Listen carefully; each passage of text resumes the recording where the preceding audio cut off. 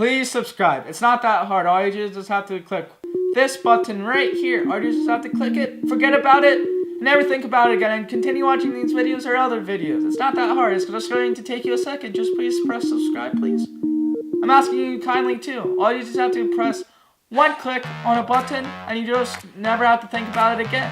You can continue watching this video and our other videos. Just please press subscribe before you continue watching it. Just press it. I know you want to. It's not that hard. Please. I want to disgruntled Eagles fan, and we're awesome.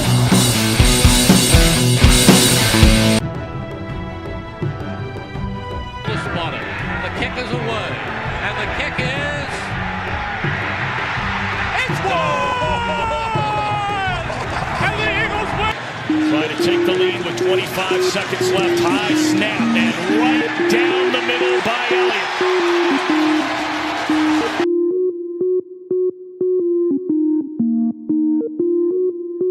Hey, disgruntled.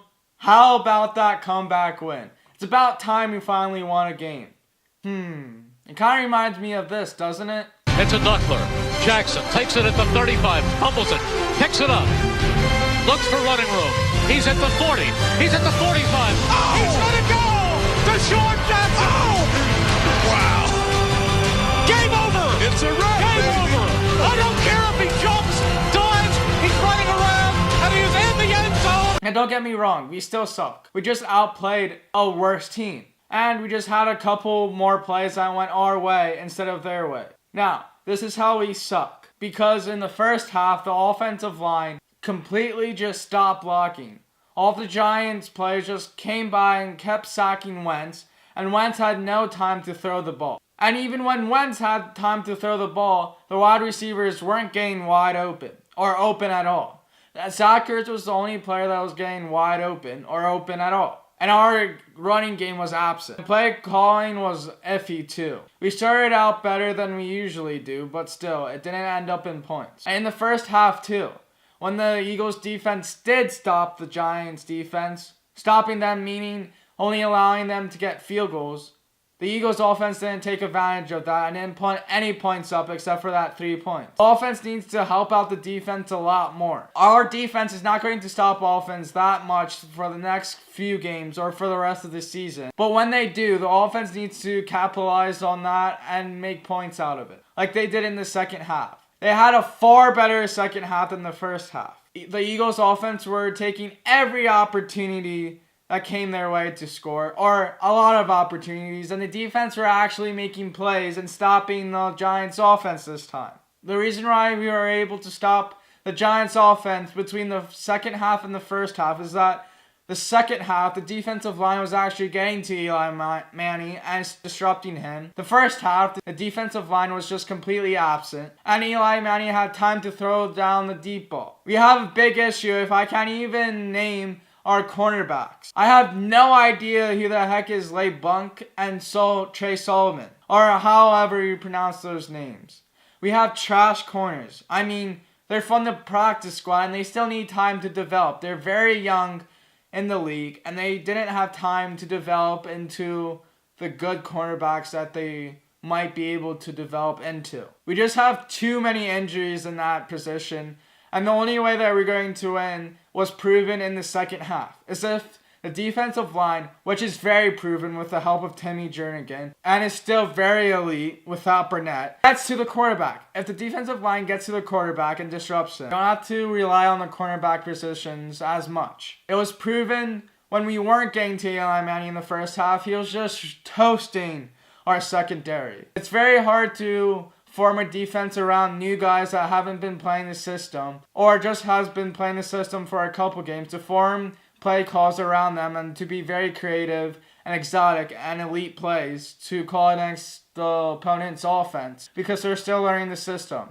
Even the basic plays that Jim Schwartz was calling, the defense was still getting wrong with simple mistakes. I mean simple mental errors that they were committing during defense, which allowed the Giants just to run throughout the entire defense, the entire time throughout the first half. For gosh sakes, we allowed 800 yards in the first 6 quarters. That's unacceptable for our defense. If you want to have any chance for the rest of the season, we need to have a good pass rush, which we saw in the second half. this isn't going to be our breakout game because we play against a dilapidated Giants defense. Honestly, it's just one quarterback away from being elite. So this shouldn't mean that we're going to beat the Rams coming up or the Texans or even the Redskins. It doesn't mean that at all. It just means that we have a little bit of chance and we just beat down on our dilapidated team. This just gets us one step further to becoming first place in the division. Now that the first two steps were complete, Dallas winning and the Eagles winning, now we just need the Cowboys lose and the Eagles to win this coming up week, and the Cowboys play the Saints. I think that the Cowboys are going to beat the Saints somehow. I know the Saints are 10-1 and all, but I feel like the Saints are going to lay back some, and the Cowboys are going to find holes and beat the Saints. I know it's a bold prediction and outlandish, but I think it's going to happen because I think it's going to be just one of those games for the Saints. Like last year, when the Eagles lost to the Seahawks last year, we were, I think, 10-1 and we lost to the frickin' Seahawks. I think it's going to be that game for the Saints. You never know. It's very unlikely that the Cowboys are going to win, but the Saints should dominate the Cowboys. We have a very tough game this coming up Sunday against the Redskins, even with Colt McCoy as our quarterback. We have to play strong and we have to play like we did in the second half. Defensive line needs to step up again and disrupt Colt McCoy. Colt McCoy is known for throwing many interceptions as proven during the Thanksgiving game. We just need to disrupt him so that he'll throw the ball up in the air and so that the corners have a chance to intercept it. So we're just 2 games away from being in first place, which I really like. Josh Adams was just a complete beast. He was running over everyone. That's how we need to play too in the second half.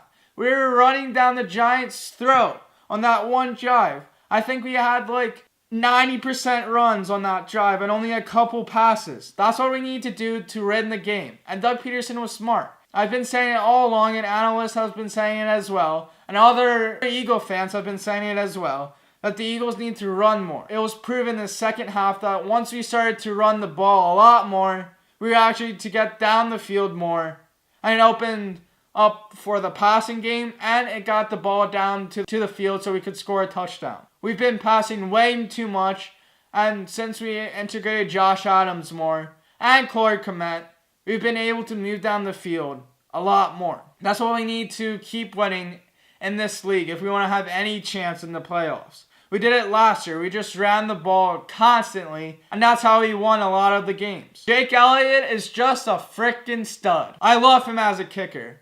He hasn't missed many kicks this season, and he's made 3 field goals this game. And a game winner. How about that? I love it. That's his 4th game winner just in 2 seasons, and I'm very happy to have him as our kicker. He's a new David Akers as long as he doesn't get hurt. That's it, Disgruntled, for this episode, and thanks for watching.